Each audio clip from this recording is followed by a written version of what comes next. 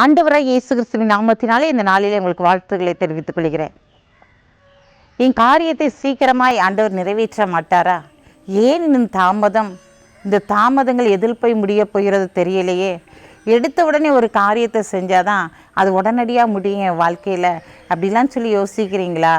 இன்றைக்கு சீக்கிரமாகவே அவர் உங்களுடைய காரியங்களை வாய்க்க செய்ய போகிறார். வாசிக்கிறேன் கேளுங்க. ரோமர் 9ஆம் அதிகாரம் 28ஆம் வசனம். அவர் நீதியோடே சீக்கிரமாய் தம்முடைய காரியத்தை நிறைவேற்றுவார்.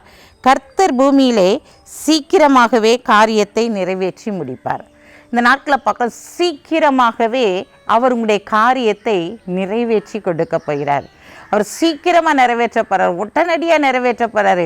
எந்த காரியத்தை தேவனுடைய சமூகத்தில் வைத்து நீங்கள் ஜெபித்து கொண்டிருந்தீங்களோ, எந்த காரியத்தை தேவனுடைய பாதத்தில் வச்சு உபவாசித்து ஜெபித்து கொண்டிருந்தீங்களோ, அந்த காரியத்திற்கு உடனடியான பதில் கடந்து வருகிறது. அவர் உடனடியாக இந்த நாளில் சீக்கிரமாய் நான் செய்து முடிப்பேன் என்று சொல்கிறார். இந்த நாட்களிலே அப்படிப்பட்ட தேவன் உங்களோடு கூட இருக்கிறார். ஏன் ஆண்டவரே என்னுடைய வாழ்க்கையில் சீக்கிரமாக செய்வேன்னு சொன்னீங்களே, இன்னும் செய்யலையே அப்படின்னு சொல்லி எதிர்பார்த்துருக்கீங்களா? இன்னைக்கு ஆண்டவர் உங்களை பார்த்தா சொல்லாரு, நான் சீக்கிரமாய் உன் காரியங்களை நான் செய்து முடிக்க போகிறேன், சீக்கிரமாய் நிறைவேற்ற போகிறேன் என்று சொல்லி கொண்டிருக்கிறார்.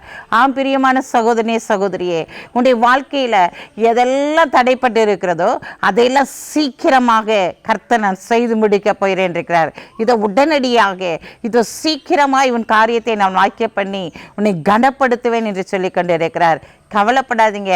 ஏன்னா அவர் நீதியோடே சீக்கிரமாய் உங்களுடைய காரியங்களை நிறைவேற்றப் போகிறார். ஆண்டவருடைய பாதத்தில் காத்திருக்கிற நேரங்கள் எல்லாவற்றையும் ஆராய்ந்து அறிந்திருக்கிற தேவனாய் இருக்கிறபடினார் அவர் நீதியோடே உங்களுடைய காரியங்களை துரிதமாய் செயல்படுத்தி முடிக்க போகிறார். இந்த காரியம் எப்படி நடக்கும் அப்படின்னு சொல்லி எதிர்பார்க்கீங்களா? அவர் சீக்கிரமாக இந்த காரியத்தை நடத்தி தருவார். இது எப்போ தான் நடக்கும்? அவர் சொல்லுவார், செய்ய மாட்டாருன்னு சொல்லி நினச்சிருக்கீங்களா? அந்த காரியம் சீக்கிரமாய் உடைய குடும்பத்திற்குள்ளாய் கடந்து வந்து காரியத்தை வாய்க்க பண்ண போகிறது.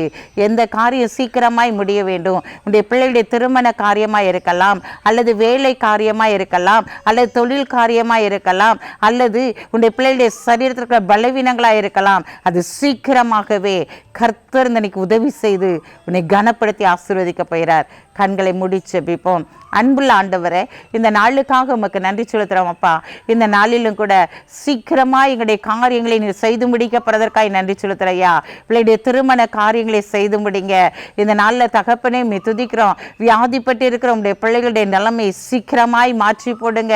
இந்த நாளில் கடன் பிரச்சனைகள் சீக்கிரமாய் மாறட்டும். இந்த நாளில் இவர்கள் எதிர்பார்த்து கொண்டிருக்கிற காரியங்கள் சீக்கிரமாய் நடைபெறட்டும் ஆண்டவரே.